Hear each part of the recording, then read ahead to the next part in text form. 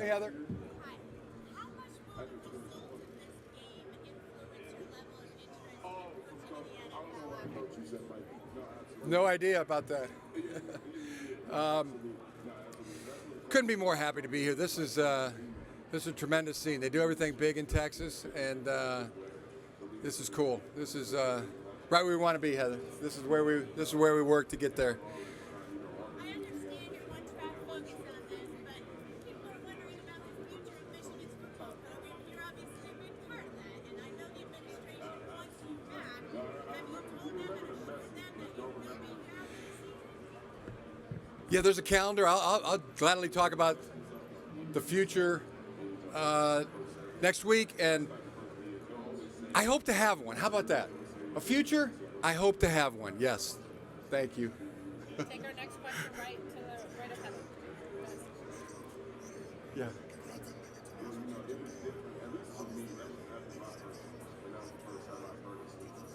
Yeah.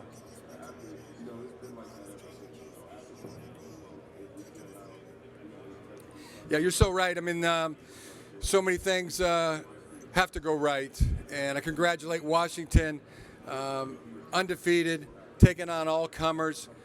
You know, I can see why they've won all their games. I mean, they're an outstanding, thorough, solid football team in every way. They got a quarterback that has the it factor. So do we. You know, we got a quarterback with the it factor, and a really good team in all phases. You know, just what it makes it so exciting to be playing in this game. I feel like, you know, if you're going to be the best, then you got to beat the best, and we look at Washington as a great football team. But I mean, anything that obstacles, overcoming thing. Yeah, we've done a lot of that, but I mean, sometimes the obstacles are the way, you know. And for instance, it's just been fun. It's just been describing going to work every day and being around a guy like J.J. McCarthy. It's a blast, you know. Being around a guy like Blake Corum, I mean, it is inspirational. Being around a guy like Junior Colston, also inspirational. You know, if he can do it with really one half a hand, he's got a half a hand. Most people got two. He's playing with a half a hand out there, and had 10 tackles last week. I mean, if he can do it, then hey, I can do it. You know, I can be resilient. I can be you know, give it my very best. Mike Samra still, you know, guys at the level of, I take great inspiration. Donovan Edwards, his personality, it's a blast to be around him, to go to practice and work every day. So maybe it all sounds however it sounds, but I'm having a blast.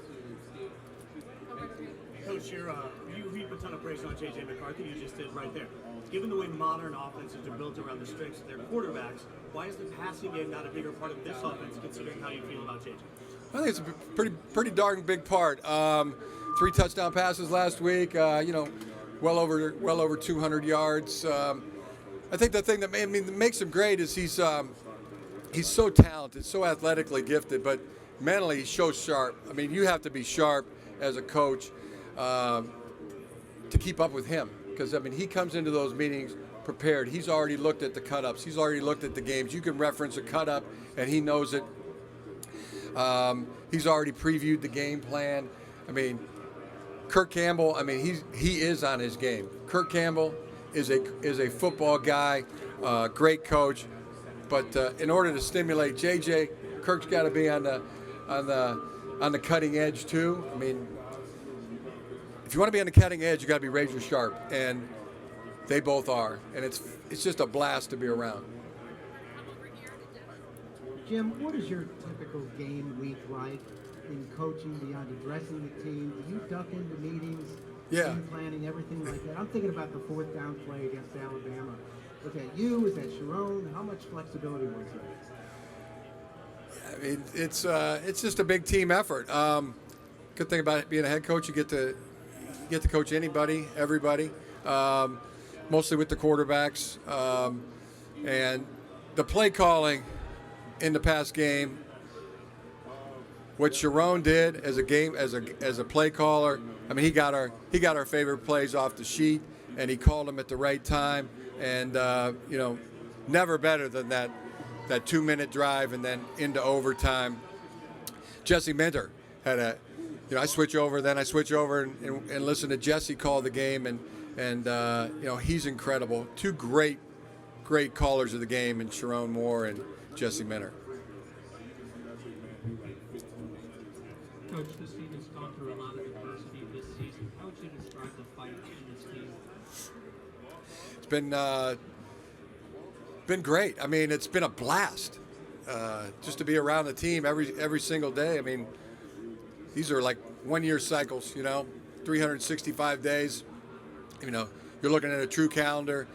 As soon as the season ends, last year, I can think about J.J. McCarthy watching the celebration at the semifinal game. I mean, it really began there, and we had spring practice that started about 5 weeks after that game last year. The winter cycle, the summer cycle, the spring cycle, into training camp. So it's a full year, and to watch our guys just with how they've gone about their business, really inspiring, as I said earlier. Really proud of our guys, but bottom line, it's just been a lot of fun. It's been a blast. Please stand by as Michigan players rotate podiums.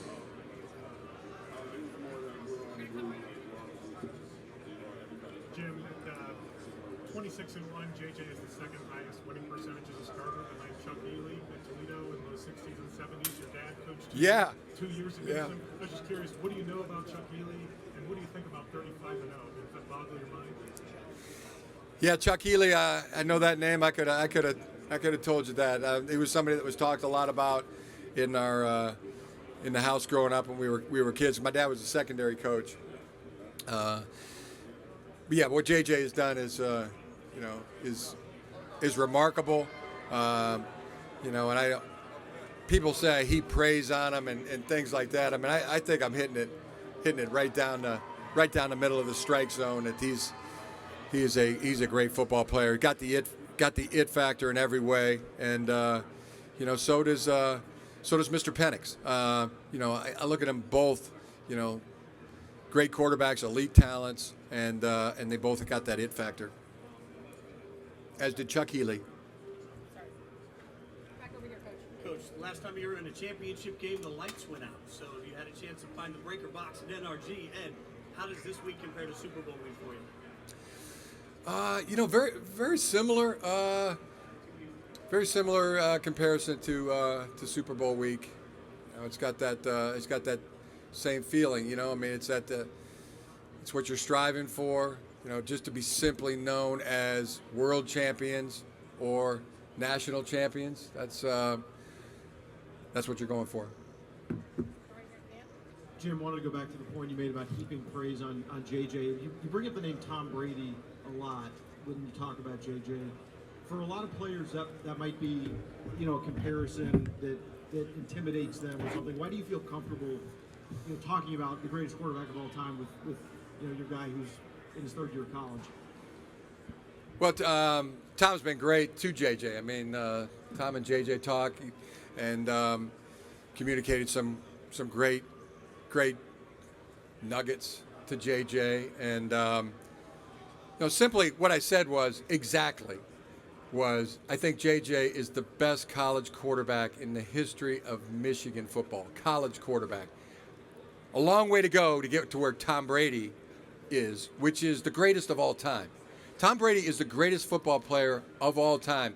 He's lapped the field. A full lap. Now, JJ got a long way to go to get to that. But in terms of, I think of who's the best college quarterback in the 144-year history of Michigan football, I'm nominating J.J. McCarthy. Now, I'm not the maker of that list, but, that's my opinion.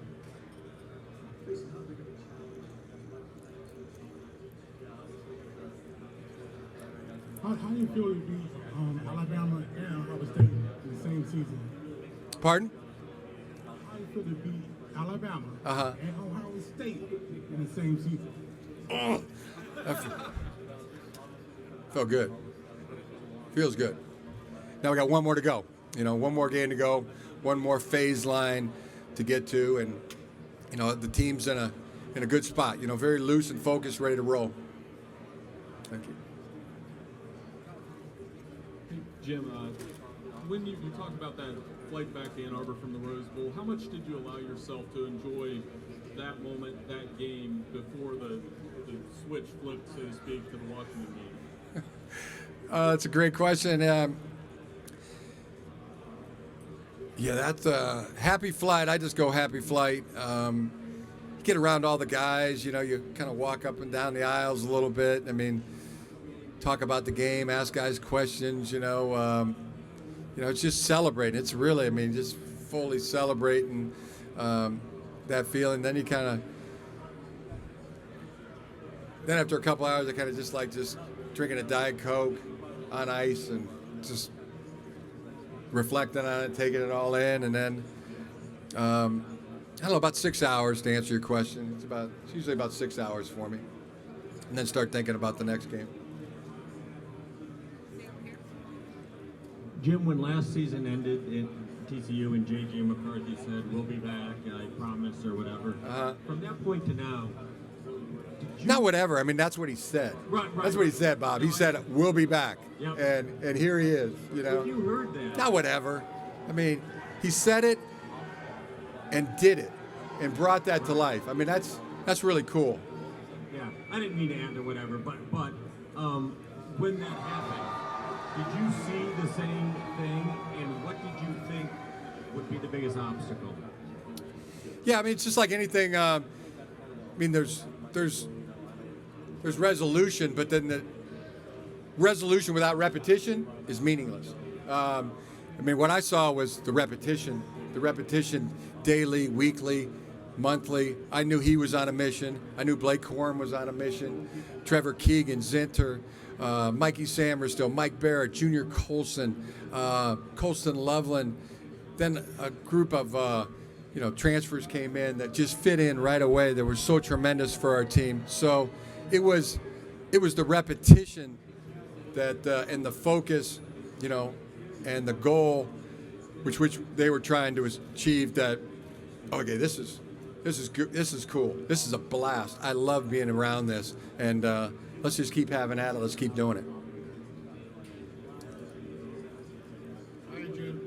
So last week you got to match up with Saban, one of the all-time greats. And now Yeah. you get a guy that far less high profile than Nick. So you don't know a lot about him. What do you know about him? As you go against him this week on Monday. Yeah, Coach has done a tremendous job. Did a tremendous job at Fresno State.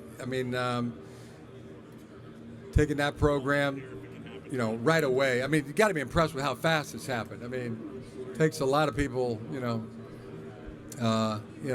years to, turn a program or flip a program.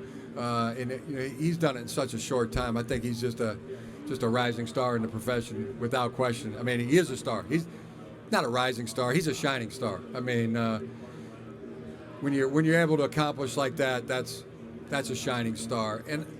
And I put very little into what people say, but what people do. Your actions speak so loudly that can't even hear what people are saying.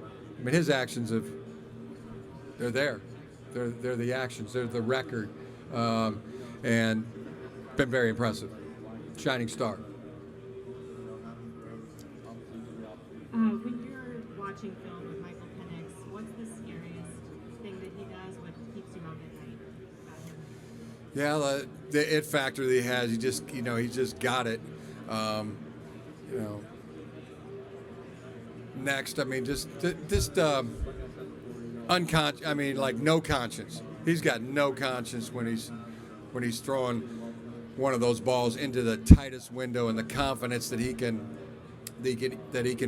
put it in there, and his receivers are going to make a play. That's scary good. And as good as he is in the pocket, he's deadly out when he gets out of the pocket too. in either direction. That's, it's formidable. It's elite, and he got the it factor. He's got great arm talent. You can tell he's a really cerebral guy. I mean, he knows he's got and the next thing I would say is the real clock he has in his head. I mean, he gets in trouble, boom, it's going to a check down. He just sees the field, knows where everybody is at all times. So this is a exciting matchup for our secondary. I mean, we think we got a really good one. And then it's got to coordinate with the pass rush, discipline to keep him in the pocket, because he's deadly outside the pocket too. So all those things. Excited about the challenge. This is, to be the best, you got to beat the best. All those things are what I think.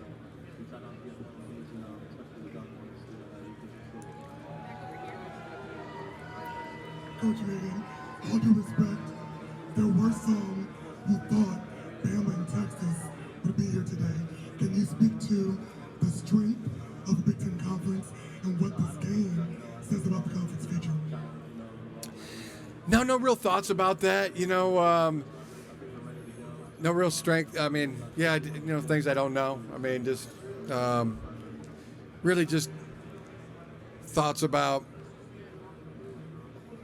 defending Washington's offense. Moving the ball, getting the 3-tech blocked. Most of my thoughts are. It's a great question, though. I mean, cool question. I just haven't thought that much about that question. Coach, you mentioned about the cooperation of your staff and the players. This team looks like this season it was built on trust, just because of the fact that what was going on off the field didn't affect them on the field. Just talk about this team's trust in each other and the coaching staff to get to this point.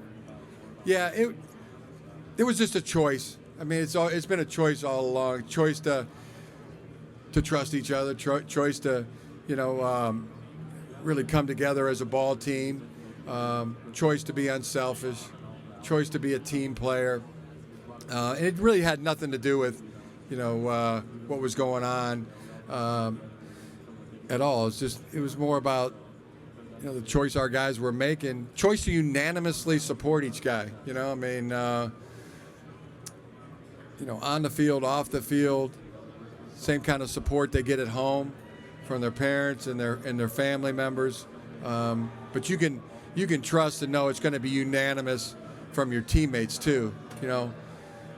In a tight spot in training, you're in a tough spot in a practice or a game.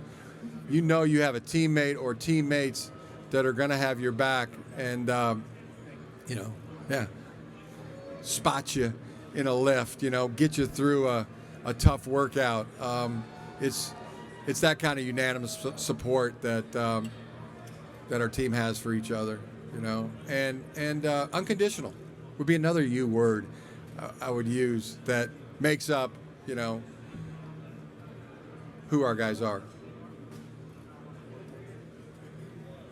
Jim, when last season ended, your players clearly felt they could be back here.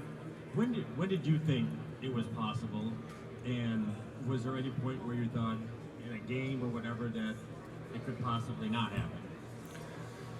Yeah, I thought it was possible. I mean, right then and there, right when we walked off that field, right when JJ said we would be back, I thought it was possible. And then, to watch the repetition every day of what our guys were doing, how they went right back to work. As I said, I mean, what you do speaks so loudly that we can't even hear what you're saying. What our guys do on a daily, weekly, monthly basis speaks so loudly.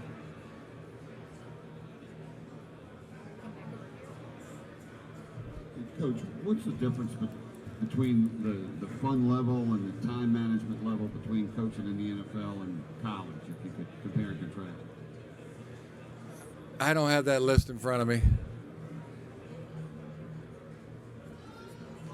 I don't have that list. Jim, your thought on the current state of college football? I mean, there's a lot of changes. With teams going to different conferences, transfer portal, Yeah. NIL, just a lot happening at the same time. A lot. Your thoughts on that, Jesse? Yeah. Once again, I mean, no real thoughts on the state of college football. No question. There's been, it's evolving. A lot of changes, are happening. I mean, the one I can't figure out is why the players aren't sharing in the revenue. Why that change hasn't occurred. People come to watch the players. They really don't come to watch the coaches. They don't come watch the administrators. They come to watch the players. And in a world where the revenue is ever growing, the student athletes being able to participate in that ever growing revenue, who could argue against that? And when is that going to change? When is everybody going to start using their voice to say, hey, this is wrong. This isn't right. I mean, there's guys that are out here. I mean, they're not even getting paid minimum wage. And I'm not talking about just football players. I'm talking about all student athletes that need to participate. The talent, needs to participate in the ever-growing share of the revenue. I'd like to see that change. We've seen a whole conference go into a portal. If that can open, those kind of things can happen overnight, things that we saw this year. I mean, they just happen. Then, and I don't know how the sausage gets made completely, but there's a lot of smart people that know a lot about revenue sharing, know a lot about how those algorithms and economics work, and the real issue is there's no voice for the players, and the organizations, conferences, universities, NCAA, they're well represented. They have legal firepower at every angle, and the student athletes they don't have a voice. They're not represented in any way, and that needs to change too. But like I said, if stuff can happen this quick, like we've seen this year, then I'm hopeful that that there's a wrong that can be righted quickly as well. On that note, because there isn't revenue sharing, all the schools have had to use this, NIL, and then there's NIL, people using it as pay-for-play or basically like that. Every program's had to navigate in a certain way. I'm curious how you feel with how Michigan has navigated NIL has contributed to you maintaining a good culture in the locker room, even though there is money floating around. Yeah, and people do say that. I mean, they say NIL and that's cool, but guys are working for that. I mean, they're working for that. I mean, they're in a lot of ways. I mean, you got to be a pitchman. You gotta go do something. But they're really already earning it. With what they're doing on the field. I mean, there used to be a saying. Old coaches. I remember my dad's used it. My brothers used it. Hey, we're all robbing the same train here. Coaches, administrators, media, television stations, conferences, NCAA. Yeah, and the ones that are really robbing the train, the ones that could really get hurt, or are getting a very small piece. So yeah, that needs to change too. That needs to change. And it's one thing for somebody to say, well, they're getting NIL, but they're not. I mean, the billions that are being generated, they're not getting much of, very small percentage. We need to take a break real quick. They're getting the same amount as I got in the 80s. You're getting a scholarship, room, board, books, and tuition.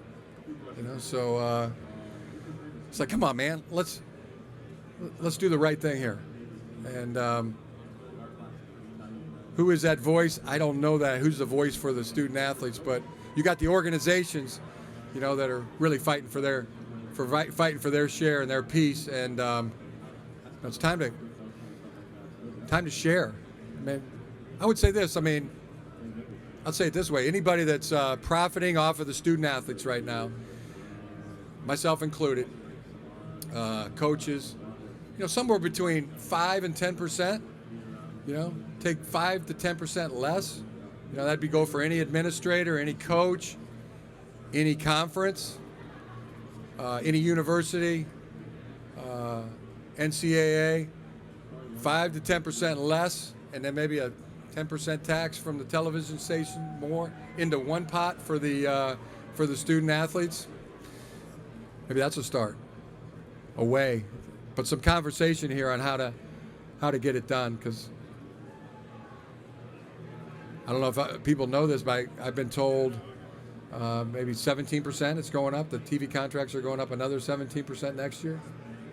So ever growing, ever increasing revenue that'd be right for the student athletes, not just football, all student athletes to share in. We need to take a break here. Coach will be back in a few minutes.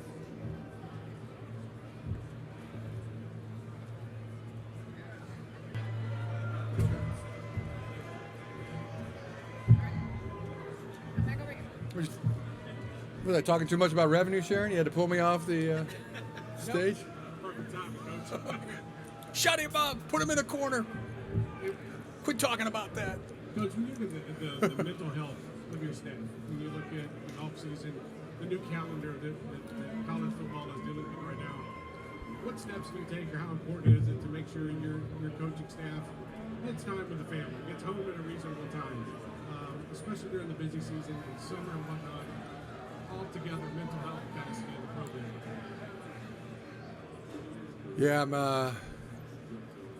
Yeah, getting home, being with the family. I mean, it's what I do. I mean, I recommend they do the same thing. I mean, I'm either at work or doing something with the family. They're my two great loves, really. The family at work and the family at home. I know it was more of a storyline last year, but how much of an impact does Michi still have on this team, and how often do you think about it? Very much, yeah. Michi's mom and grandma visit us. They visit us pretty regularly, and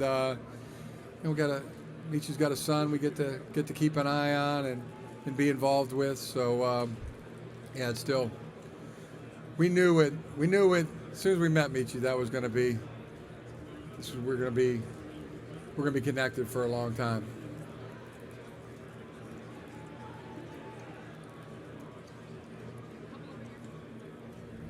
Coach, a lot of your players around here have been talking about, Michigan against the world or Michigan against everybody. What does that mean to you?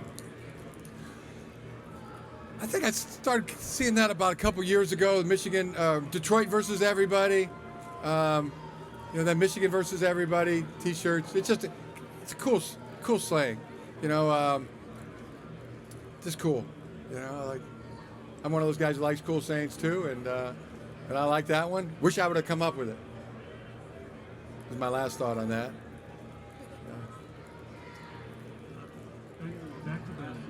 Back to the revenue sharing thing. I think maybe a lot of people don't grasp just the time commitment that college athletes put into their sport, and just wondering your experience around the NFL, how that compares, to just a professional player. Yeah, I mean, it's school. I mean, what the college players have is school, and their football career. But it's a lot of time. It's 20 hours a week for the, and that's just countable activities. That's on the field, in the weight room, or in meetings. But guys are doing a lot, that get injured, for rehab and back and forth to class. It's a lot.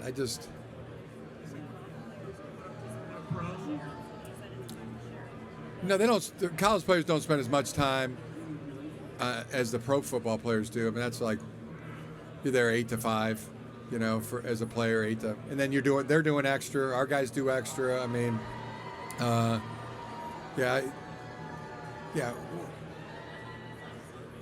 whatever. I mean, it's more of the fact that there's a lot of people profiting off the backs of student athletes, and they do a lot of work to keep it from them. It's like all kind of rules, and have been doing it for a long time. And if things can change as they've changed so quickly, in college athletics, just this year, just in 2023, I mean, it's seen so much change, including a whole conference going into a portal, then you're hopeful. I mean, you're confident that this is something that could change rather quickly. With the right voice, with the right people talking about it, with eventually someone to speak for the players. They need that, and that's missing right now. But just confident it can happen. If other things can happen this quickly, then why can't that? Why not? When is the time? Time seems like it's now.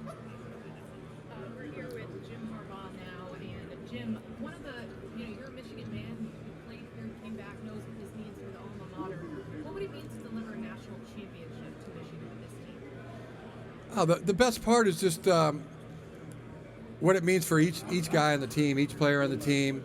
That their families can say, my son's a champion. My son's a national champion. For the grandparents, the relatives, brothers, the sisters, to say, my brother's a national champion. I feel the same way with my kids. For for them to be able to know their dad's a champion, or my wife to know their husband's a champion. It's really for everybody else, and that's what makes it so much better. Is that it's just so many people involved that get to reap the reward of that. There's been so much attention on Washington's offense, your defense, on this defensive front. Obviously, they did so much against Alabama to control the game. How do you feel about that matchup and what the challenges that Washington presents with Mike Penix Jr.? Yeah, he's got the it factor. He's elite. Great receivers. Really tremendous offensive line. Washington defense, that doesn't get talked about enough. I mean, they're really good. Their secondary is so opportunistic. I mean, bunch of interceptions. I think a lot, 18, 19. They get their hands on the ball. They're really good. Maybe our offense doesn't get talked enough. I'll take our offense. I love our offense. Love our quarterback. He also has the it factor. Washington's a thorough team. Let me say that. Offense, defense, special teams, and so are we. The evidence is there. They've taken on all comers, and they've come out on top every single time. We've taken on all comers and come out on top every single time. So this is really, best versus best, and to be the best, you got to beat the best, and we're ready to have at it. Coach Jesse worked with your brother in Baltimore. What does Coach Jesse bring to the defense, and how does it impact the team as well? Jesse's a great coach. He's just so smart, really cerebral, but he's so collaborative too. I mean, he gets everybody's input, and he can do it on a really timely fashion. I mean, we're going to look at, these formations, these plays. We're going to get these defensed, and get on a topic, get input, get a plan, move to the next phase. He's very good about that. Very, very, very smart. Has answers, but is able to get the rest of the coaches involved. Mike Elson's had an amazing year. Our defensive line coach has been tremendous. Steve Klinkscale's done a great job. Jay Harbaugh, great job. By Chris Partridge, by Rick Minter, and Jesse does a great job. Getting those thoughts and inputs from everybody and putting it all together, coordinating, and then as a play caller, he is just so money, so sharp. can process that information so quick and kick out the call. And he's also a great players coach. I mean, he understands the players. They understand him. They know him. He knows them. I mean, just so well-rounded as a coach. I mean, he's a tremendous coach. And I would say the exact same thing about Sharon Moore. I mean, they're like cut from the same cloth. Both are going to the highest level of the profession. And I've been the whole program's been lucky to have both those guys. And Jay Harbaugh has been a tremendous special teams coordinator. And I could talk about every guy on the staff.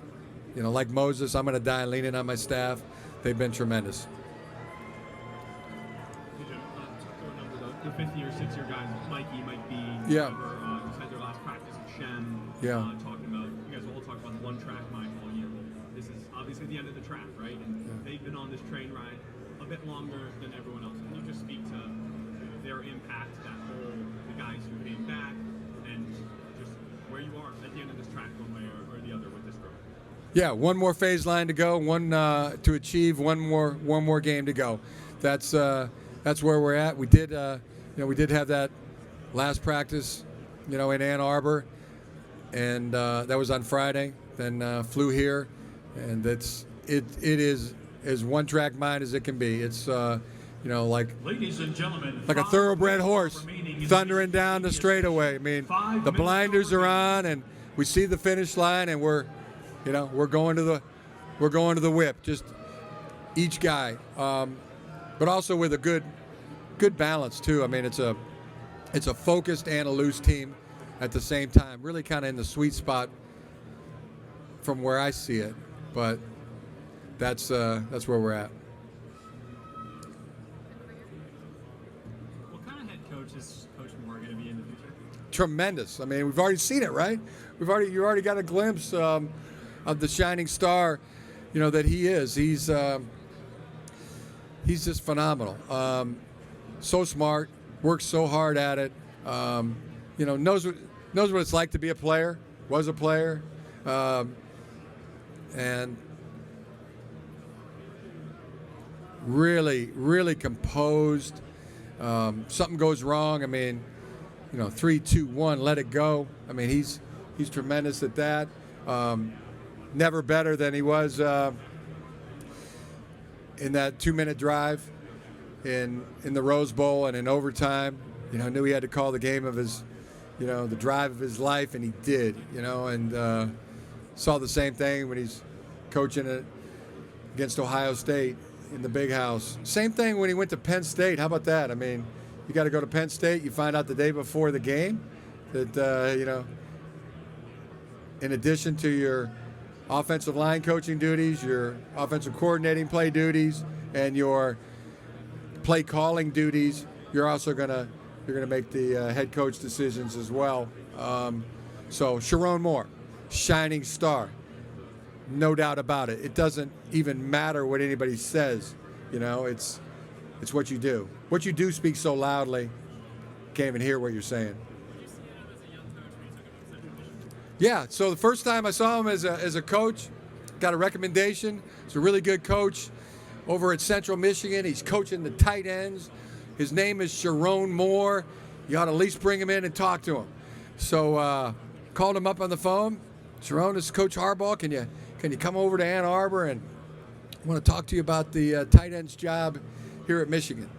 Yes, Coach. I'll be over there tomorrow. So first time we sit down, we meet each other, and then I asked him just show me your technique of a zone block and a gap block for a tight end, and he jumped up and just started demonstrating and went through this teaching progression that was, boom, 1, 2, 3, 4. And ladies and gentlemen, this concludes the rememberable, session. learnable. In approximately 30 minutes, Washington's media session will begin. Yeah, but first time I met him, I was blown away.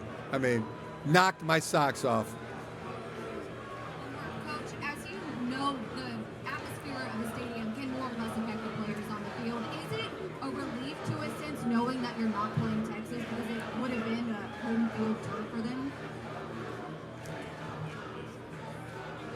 I mean, I don't know about relief. You know, that hasn't been the word that's popped into my mind watching the film and watching the tape of the Washington Huskies. Relief has not been no, that's not the word that has jumped into my mind. Did it? Okay.